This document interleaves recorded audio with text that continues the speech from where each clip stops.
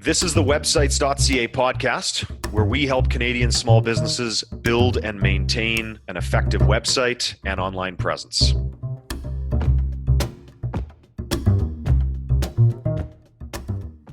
Hello, everybody. Sean Corbett here, websites.ca marketing. Got another cool episode for you today. So what I wanted to talk about was one of the bigger problems that a lot of people come to us about at websites.ca is, they heard from somebody, they went to a conference, they read a story online about how businesses are using social media to crush it. And so maybe they're thinking of dipping their toe into that. Maybe some of you listening have got on different social accounts before and really just couldn't get over the hump to figure out how can I make this work for my business. So that's why I'm extremely excited today to talk to our guest. E.G. Oren is a digital marketer. She specializes in content creation and social media for small businesses. And even cooler, she has a special method to eliminate your online overwhelm and turn your passion into paychecks. So E.G., thanks for being here. Thank you very much, Sean. Great to be here.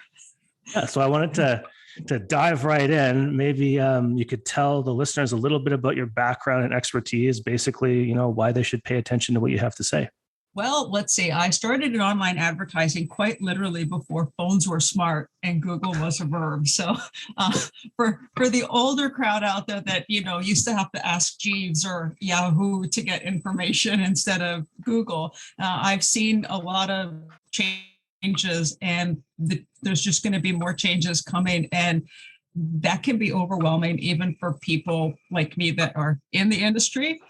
But there are tips and tricks that they can get around to, like you said, eliminate the online overwhelm. And it's more a matter of not having to be everywhere, right? I mean, like you mentioned in the intro that, people have probably tried different accounts and stuff or different platforms because they heard so-and-so at such and such company managed to have great success on TikTok or on Instagram or in Clubhouse, right? But they're not necessarily connecting it back to, is that where my audience is that, what my industry is their business at the same point in development as mine, right? So they're just seeing, the analogy I use is you're just seeing a duck kind of coast along the water, but you're not seeing, the frantic paddling happening underneath, right? So I've seen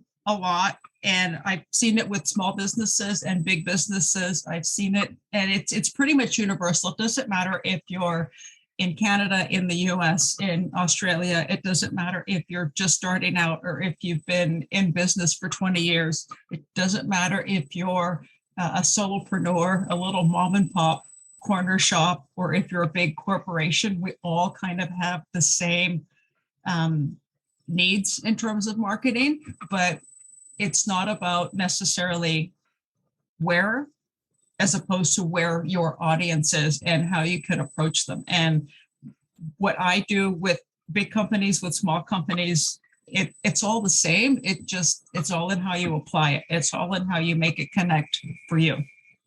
So would you say that is one of the biggest misconceptions that people have with, say, content creation for social, is that they approach it platform first instead of audience first, where they're like, this week I have to be on Twitter. This week I have to be on TikTok. Would you say that's kind of like the first misstep that most small businesses make?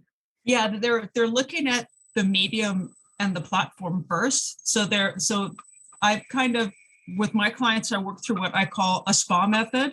So you want to kind of take the bigger picture, step back, and have an overall strategy, right? With whatever business you've created, it wasn't just, I'm going to do this one specific thing and forget about everything else, right? If you're producing something, if you're selling something, you have a process that you have to go through. And the same applies for being on social media and for connecting with clients online. It's what's that bigger strategy? Once you have an idea of what your strategy is, what your goals are, then you create a plan for those strategies, then you act on them. Right. So SPA, SPA. And essentially, a lot of people will go, TikTok is all the rage. I have to be on TikTok, right? And I have to figure out how to make viral TikTok videos, or I have to run ads on TikTok, or last year Clubhouse was all the rage. And instead of chasing after the proverbial hot stock tip of the week, right? Think about your business and your ideal clients and where they are and why they might be interested in what you have to offer them, instead of looking at where the fads are, right? It's not where the fads are, it's where your ideal client is. Yeah. And piggybacking off that, and maybe you can tell me if I'm on the right track here. A lot of times when I've seen small businesses get into pick any social platform, and they might learn a little bit about it. So they get excited and they go, oh, the algorithm rewards XYZ thing, and I can get way more reach by doing XYZ thing. And they start to look at these things, marketers like you and I might call new metrics. So reach, likes, this kind of thing. But what I find that they're forgetting is that, is it better to reach 10,000 people who are never going to buy just because it's a cute cat, or that's a funny video? Or is it better to reach 20 people, half of whom are supremely qualified customers? Right. The big challenge with social media is the vanity.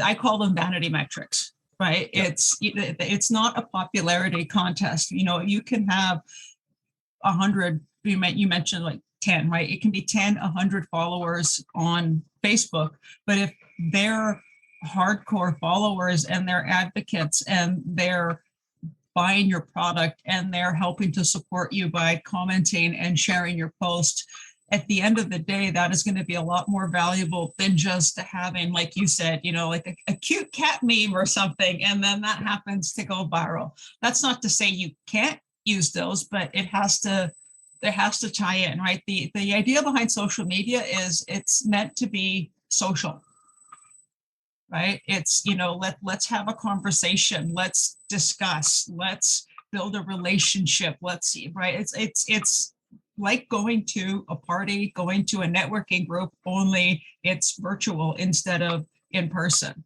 right? Just like you wouldn't start walking into a room and handing out business cards or handing out sale flyers and just going, buy my stuff, buy my stuff, buy my stuff, right? You assess the room, right? Find where you can, spot your people, so to speak, and go in, try to get involved in the conversation, put your hand out, say, hi, my name is, you introduce yourself. What do you do? This is what I do, right? It's you're establishing that relationship. Ryan Dice from Digital Marketer at one point likened it to dating. He said, you wouldn't walk up to somebody at a bar and say, hi, my name is, want to get married? Yeah. Right. You have to build that rapport. You have to build that relationship. You have to suss each other out. And that's really what social media should be. And no matter what any of other marketing agencies might tell you, that's the secret behind the algorithm. Finding content that isn't just necessarily viral, but it's engaging with your audience, and you're building that rapport, that communication. Those likes and those comments and those shares will come if you're talking to them as people, right? As equals, as opposed to trying to pitch them something. For sure. Yeah. And I think also it's important to tell the listeners, what end goal we're all having in mind here, right? Would you agree that the primary end goal of using social media is really to get people off of social media onto your email list? I wouldn't necessarily say get them off of social media, but carry the conversation offline, right? So liken it to getting somebody's phone number, right, at an in-person networking event, or a bar, whatever analogy you want to use. You could go back to the bar every Thursday and still see them there, but you also want to make sure you have them in your Rolodex. Let's say. Exactly. Yeah. It's just and especially with social media, it's everyone calls it rented space, right? You don't have control over the algorithm. You don't have control over if somebody potentially hacks your account, if suddenly the platform decides you don't deserve to be on, right? If they change the algorithm, they do whatever, you don't have control over that. Does anybody remember MySpace or Vine? right? I mean, I do. Vine doesn't exist anymore. MySpace is actually still there. It's just not as active as it used to be. But if you're just relying on a platform and you're expecting just to reach people in that platform, what if that platform shuts down, right? What if it gets sold out? What if they change the rules and you can no longer, you lose that audience? Whereas with email, you own the email, just like you own your website. So it's a way to have that conversation. It's more personal, right? Yeah. Right. Oh, go ahead. Sorry, I was going to say the other challenge with social media is because of the algorithm, and you don't necessarily know if what you post on social media is going to be seen, right? Something like Facebook, if you're lucky, 5% of your audience will see it, right? And so what about the other 95%? Whereas with email, 100% of the people that, give you their email will have your message in their inbox. Yeah. Right. So it's a more direct, intimate conversation and relationship. And you know that you're going to reach them and you won't lose them to whatever platform rules or owners decide to do. And also going back to your SPA method too, that's why you have the strategy and the plan is if something happens to a platform or something happens to your account, you can take that strategy and plan and apply it to another suitable arena, another suitable media. Right. And it isn't just social media, right? Like anything that you do with marketing, with advertising, it needs to be multi-platform and not just within social media. So you're not just looking at Facebook and LinkedIn and TikTok. You're looking at what are you doing with your website? If you're a smaller local company that has, physical brick and mortar location, what are you doing with maybe the local free newspaper? Or, do you have flyers, or are there any local things that they can be print, it can be digital, it can be community groups, right? So it's not just, I have to have a social media, I have a Facebook account, or I have to be on LinkedIn even, right? Everything has to all come together. It all has to tie together, literally like a web, a spider web, right? It's all connected. You may have specific tactics and, action plans for Facebook or TikTok or LinkedIn or, the local newspaper, but that's where the bigger picture of having a strategy comes into play. They all end up interconnected, right? They all end up fusing and coming together to play out, to be able to build up your reach with your ideal client. So that in mind, maybe I was hoping you could give the audience a few, say, easy wins they could do to improve their content, their social presence, right away. Easy. First of all, don't try to be everywhere. Nice. Right? Like, think about not necessarily what platform you're the most comfortable with, but where would your audience hang out the most? So start there, right? That's not to say you shouldn't have more than one account across multiple platforms, but spend your time focusing on one, build your audience there, and have that conversation with them. So make sure that your presence online matches who you are in person, right? You can talk about your products, you can try to sell your products, but it's not about the product, it's about how your client can benefit from it. So the easy win, right? So you set up a Facebook account, you're having a sale because everybody's going to go, let's buy something first, right? You're having a sale. Well, okay, so you get 20% off, right? Well, so what? Right? Make it about them. Make it advantageous to them. I know that's probably thinking, that's overwhelming, I can't do that. But really, just start. The initial win is starting more than anything, right? A lot of my clients say, I don't have anything to say, I'm boring, I don't have any content. The content is there, you just don't realize it because you're in the thick of it, right? You're not on the outside looking in. So as a small business, you started this business because it was probably a passion project, right? So what interested you in whatever it is you've created, right? Why did you start it? What was who were you trying to help? And it could have been that you were just trying to do this for yourself, and then you found that this worked for other people, and so you just expanded. But, explain that to people. This is why I do what I do, right? Yep. This is how I help myself. This is how I'm helping you.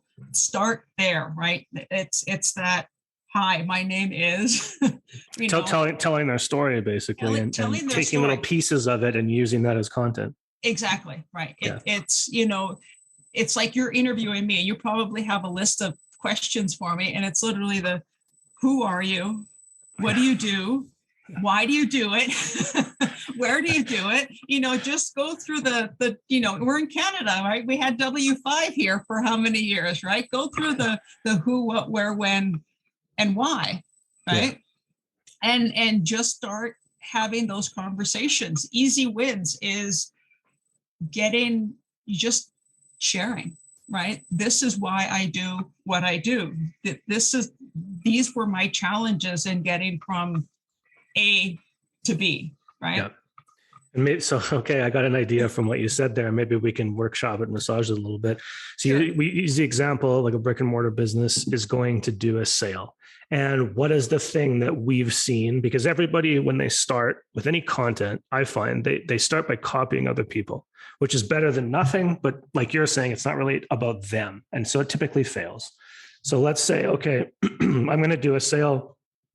Typical thing to do is to put up a generic stock image that says 20% off, kind of a crappy clip art thing. And then right. And then the content says basically buy. But using the method you just described, at least as I understand it, if you want to sort of tell your story a little bit as the business owner, you have a photo of you physically in your store putting up the discount sign on the wall with a smile on your face. You can see some of the store in the background and maybe some of the other employees. And the post talks about, this weekend we're getting ready for our big blah, blah, blah annual sale. And this is why we do it. And blah, blah, blah. So am I sort of on the right track that's getting towards more of a unique personal content?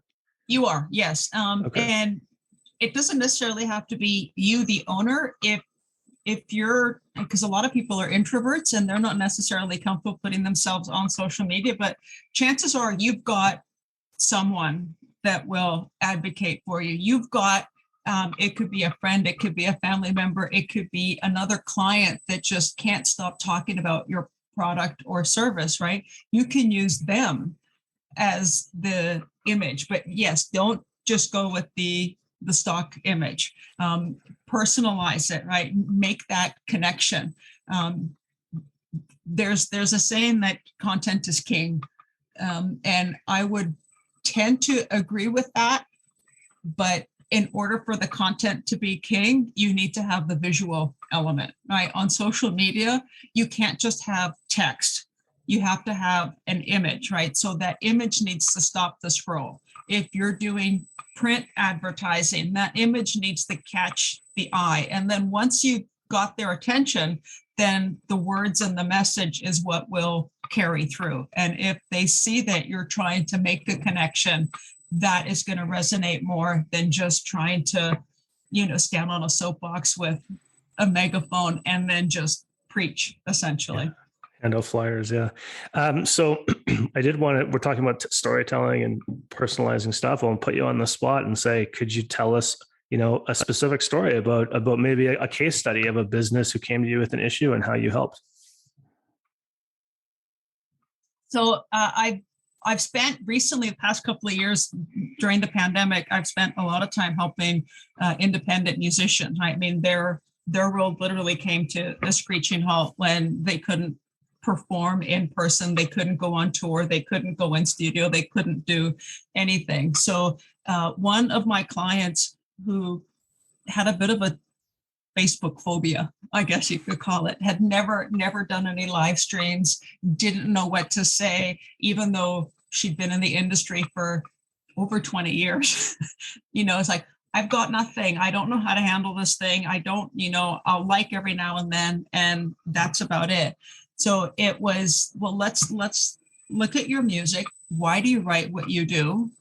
Who are you trying to connect with? Like who do you perform to when you're on stage? So who's your audience? And then it's like, okay, so all we're doing now is we're taking that. You're not on stage in front of a live audience. You're now in your living room or in your studio, and your audience is now on the other side of a screen. So we started making themes out of each show, each live stream, right? So if it was Easter, right, there was just an Easter episode. So if Christmas, you have Christmas songs. If it's hockey season, is big with the hockey songs. So there are hockey songs, or there'll be guest appearances by other musicians or that somehow will tie in, right? And it's just a matter of you're doing everything already, probably at some level of comfort in person, and we're just translating that to online. So she went from having a tech phobia. I have no idea what to do on Facebook Live or any live. And what if it doesn't work? And what if I can't get whatever to happen? It's to literally 21,000 people tuning in. Nice. From 0 to 21,000 within 3 months. Right. That's great. And then that turned into, it's like, okay, so you've got people tuning in. And the other challenge with social media, sometimes people aren't comfortable asking for money, right? They're not comfortable asking for the sale. They can do it with an ad, but not if it's in person kind of thing. So then it's, well, let's create a tip jar where you're donating money to a charity, right? So some of it you may keep half. So it's a 50-50 split, and you let your fans vote on who the charity is this month. And then you have you post, this is how much we raised for XYZ, right? And now so content's creating content. Content is creating content. So, and you're getting your audience involved, right? So the people that are watching her live shows are choosing who to donate money to. Right. Nice. And she's getting some of it as well. And then she's turning around and she's donating that money, and she's taking screenshots, and she's saying, this is who we helped this month. Right. And this is how the money is being used by that organization, whether it's a children's hospital, whether it's an animal rescue, right? Whatever it is, this is how you guys are helping me. This is how together we're building a community online, and you're supporting me. I'm interacting with you, and together we're helping other people, right? That's awesome. So That's great. It's a snowball thing. You just need that one little domino, and then once that first domino falls, it just gets easier and easier. Well, it helps too to have somebody like you there as a consultant who can see the big picture and is and realizes it's not just about one post, but like you said before, it's this interconnected web of posts, and they keep coming and interacting with people and all that kind of stuff. So when you set up that live, did you have sort of a pre-launch campaign of content plans so that, you guys could make sure you had X amount of people on the live? Right. So it is, if you're going to do something, you kind of announce it, right? If you have a sale, we're going to have a sale. We're having a Black Friday sale. It's like, come down, right? So in this case, it was, I'm going to do a live stream. I've never done one before. I would appreciate your support. Come help me work out the kinks because I'm a technophobe kind of thing, right?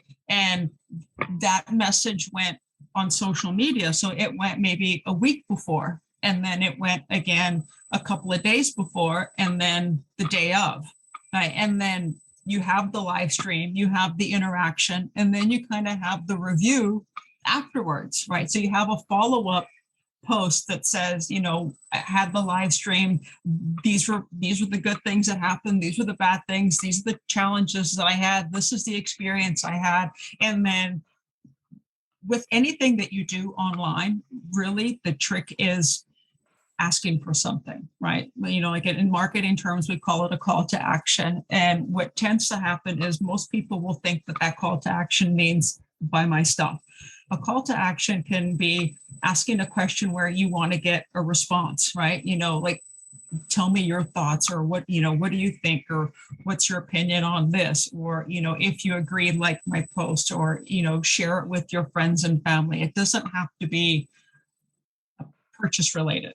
It can just be engagement. That's what your call to action is. So that's what she did. She started saying, give me feedback, right? This was my experience. What did you think of it? And let's try to build this together, right? And ultimately with small business, you have that starting point. You have that widget that you created for whatever need or interest or desire. But now if you can have that conversation with people to say, what do you think of it? It's customer service, right?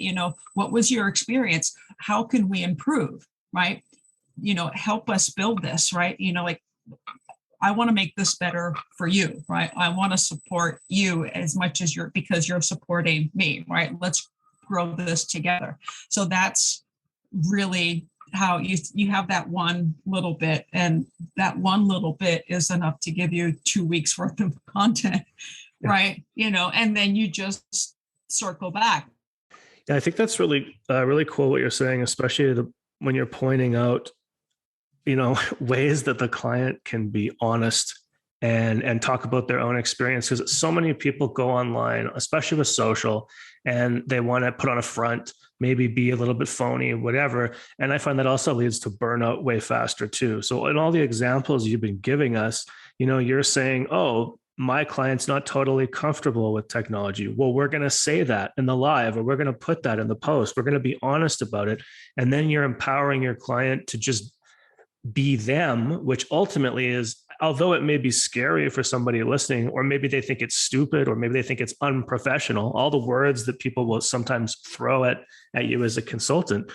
But what they'll find, and I'm sure you'd agree, EG, is that if they follow a path where they're being themselves, and it makes them more comfortable, it makes them more willing to do it, it shows more success long-term. They don't get as burnt out. That's 100% true. And the only thing I would add to that is sharing your experiences and your fears and whatnot online does not mean you have to share every aspect, right? There are varying degrees of what kind of a conversation would you have with your neighbor versus your partner, right? Or even your children or your siblings, right? You have different levels of relationships, and you're going to be more comfortable sharing more intimate details with your partner than you are with your next door neighbor, or whoever you're buying groceries from, right? Like the checkout person. So it's keeping that in mind on social media. Sharing your strengths and weaknesses does not mean having to completely open yourself up and be vulnerable. You're literally just helping to peel back the curtain so that people can get a glimpse of you, right? You're not putting on, like you said, that facade. You're not trying to act your way through something, right? You're not trying to be something other than who you are, right? Being authenticity is a big thing on, again, social media. The idea is to be social, right? You share a little bit about yourself, they share a little bit about themselves, and then together you build a rapport and you build a relationship. Awesome. So for some of the listeners who are looking to take their social content to the next level and could really use the help of a consultant like yourself, what does the process look like? How do they take the first step? So if they're interested, and I know that there's probably a lot of people that are going to be on this call that might hear it at different points, right? From once it goes live to going back. I love having conversations with people one-on-one to help them work through and figure out where they're at and what they might be able to do. So I think you're going to put a link in the show notes where essentially there'll just be a few questions just to give me a heads up as to where they're at in their business. So then I can do my due diligence and homework ahead of time. And then we can get on a 30-minute call and I can help, brainstorm in terms of where they're at and what might make sense for them to go forward. And that's not necessarily working with me, but just to give everybody an idea of where they're at and what their next steps can be in order to make the most out of social media to build that relationship with their target audience and then transition them into getting them onto an email list. So, right, getting those digits, right? Get those digits in the phone. Get those digits. So EG will teach you pick up if you get in touch with her right now. Super generous offer. Thank you. So what we'll do is, everybody listening, link is going to be in the description. You'll follow that link, fill out a short form, and that's how you can get a free half-an-hour consulting call to see, how you can take your social media content to the next level. Last word goes to you, EG. Any final thoughts about the topic? It just goes back to, remember, you don't have to be everywhere and you don't have to reach everyone, right? And being successful online does not mean you have to live there 24/7. It means having a strategy, right? Planning it out and acting on it. So I like to say I'm living proof of that because I spend most of the year living off grid, traveling across North America. So I'm not online, but my work is online, right? There's a lot of stuff that you can do, that you can plan to be able to be successful with social media without literally having to live online and have your phone glued to your hand because notifications are coming in. And They will come in. It's a tool. It doesn't have to take over your life, but it's super helpful. Yeah. I really appreciate you coming on today and sharing with us. Thanks for being here. Thanks for inviting me. It was great chatting with you. If you're not satisfied with your current website or the service you get from your provider, you can switch to websites.ca for free and get a great support team behind you. Just visit business.websites.ca. That's BUSINESS.websites.ca, or email Ryan directly at ryan@websites.ca. Thanks for listening, guys. Catch you next time.